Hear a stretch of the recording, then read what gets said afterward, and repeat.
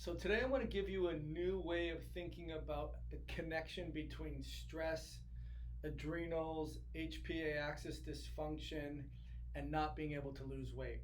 And what it's going to involve is the ratio of autophagy to mTOR. So those are probably terms you've never heard of, or maybe you have, and you want a little bit more information about it. So my name is Dr. Joel Rosen. I am the Adrenal Fatigue Recovery Ninja who refuses to change his name to the HPA axis dysfunction recovery ninja. Doesn't have that same sort of roll off the tongue kind of sound that the Adrenal Fatigue Recovery Ninja has. However, I get a lot of flack every single day from people saying, oh, adrenal fatigue doesn't exist. And if you've watched the over 400 videos that I've produced on my channel, you would know that I tell you that stress impacts your body, not just the adrenals, not just the HPA axis, but also your ability to make energy at the cellular level. And it has the combination of the perfect storm between environmental triggers, which are our stressors. Stress is just not, hey, I'm stressed out, my relationship is troubled, or my finances are troubled, or my work is troubled, or my family is troubling.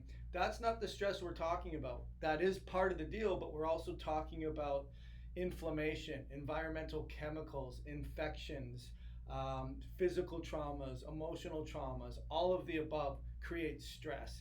And as you know, that stress impacts your cortisol production. And as you know, the hypothalamus, the hippocampus, the amygdala, the different parts in the brain that sense and put a meaning on that stress signals to the pituitary and signals to the adrenals. And it's not just about cortisol. It's about mineralocorticoids. It's about your glucocorticoids. It's about even your neurotransmitters, your adrenaline and your nori and epinephrine. Those are the things that make you mount a stress response. But I want to kind of connect the dots for you in a different way as why can't I lose the weight? And I want to bring in the genetic component. So we will see some families that have a heritable mom's heavy, grandma was heavy, great grandma was heavy, and they have the likelihood of being heavy themselves. And that's because there is the combination of the perfect storm of genes with the environment that creates the weak links in the chain to break, and that creates the excess weight gain and the inability to lose weight. And what I want to do is I want to talk to you about first environmental chemicals, environmental toxins. And all of these things, what they do is they stimulate mTOR.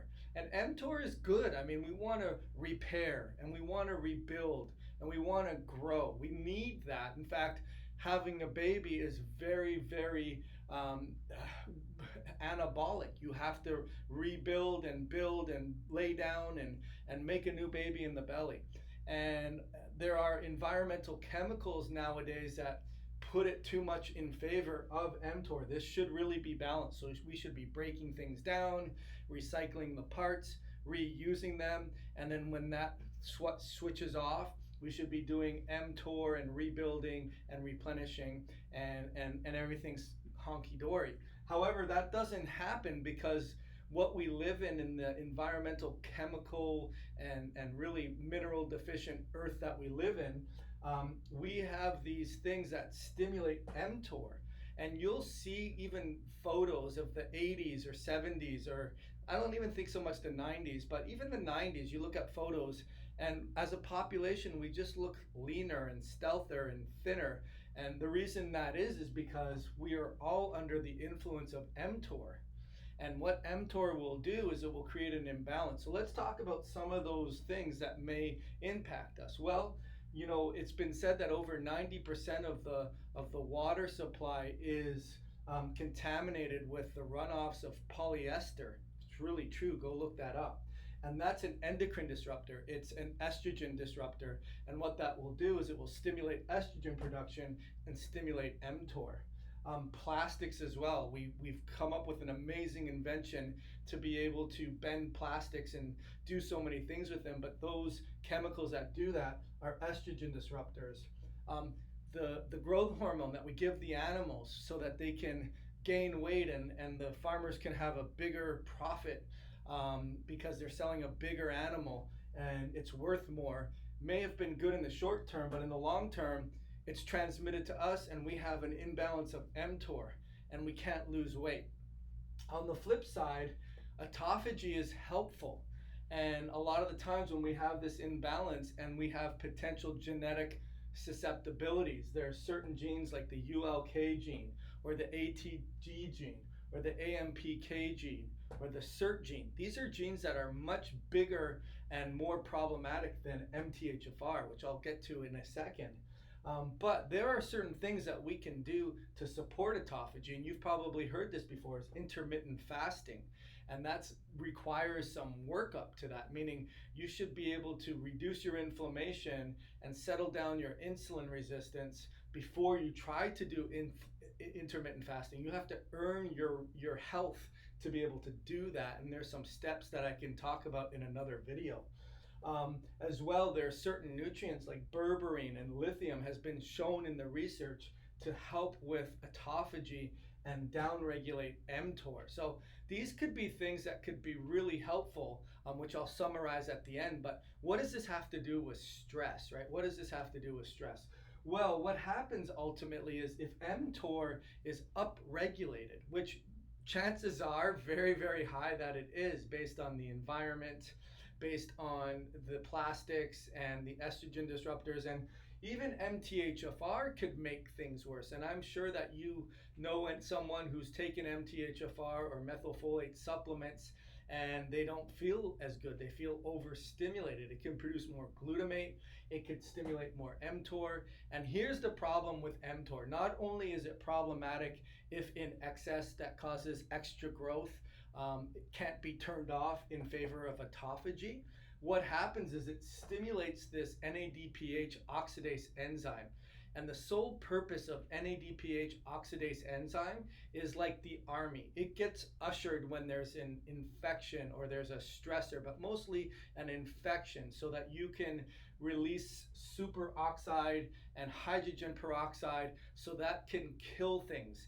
In fact, if your NOx enzyme doesn't get turned on effectively, then infections can override the body and you can die from those things. So superoxide and hydrogen peroxide need to be turned on, but then they also need to be turned off. And when they get turned on, they release cortisol. And when cortisol gets released, and that creates major problems with the HPA axis dysfunction, what will happen is it can stimulate insulin resistance, and insulin levels go higher and mTOR goes higher. So that can create a vicious cycle. So what do we need to do about it? What's the take home? You're telling me new things, Joel. I don't really understand all of the things that you're saying, but I kind of get the gist. So let me summarize. Why can't I lose weight? It's not just because I've been going too little to the gym. I need to put 5 workouts into 7 workouts. I need to eat very little. Those aren't the reasons why. The reasons potentially what you haven't looked at is the imbalance between autophagy, which is recycling, breaking down, using old body parts or old cells to refurbish new stuff and clean things out and get rid of waste products and debris. And mTOR is the opposite of building and regenerating and recycling and remodeling and repairing. And they should be in balance, but because of environmental stressors, not just stress from psychology, but estrogen disruptors, plastics, growth hormones, lots of other things that stimulate mTOR. mTOR then gets out of balance with autophagy, stimulates your NOx enzyme, which then stimulates free radicals, which then depletes your cortisol and then makes you exhausted, tired, and overweight. The things we would recommend to do is earn your right to become intermittent fasted ready so that you can stimulate more autophagy. You can support these ULK genes with berberine and lithium, but there's other things that you can do for that as well. And then you can downregulate mTOR with curcumin is a really great nutrient. So hopefully that's really helpful for you. My name is Dr. Joel Rosen. I am the Adrenal Fatigue Recovery Ninja, and I look forward to helping you lose weight once again. Have an awesome day.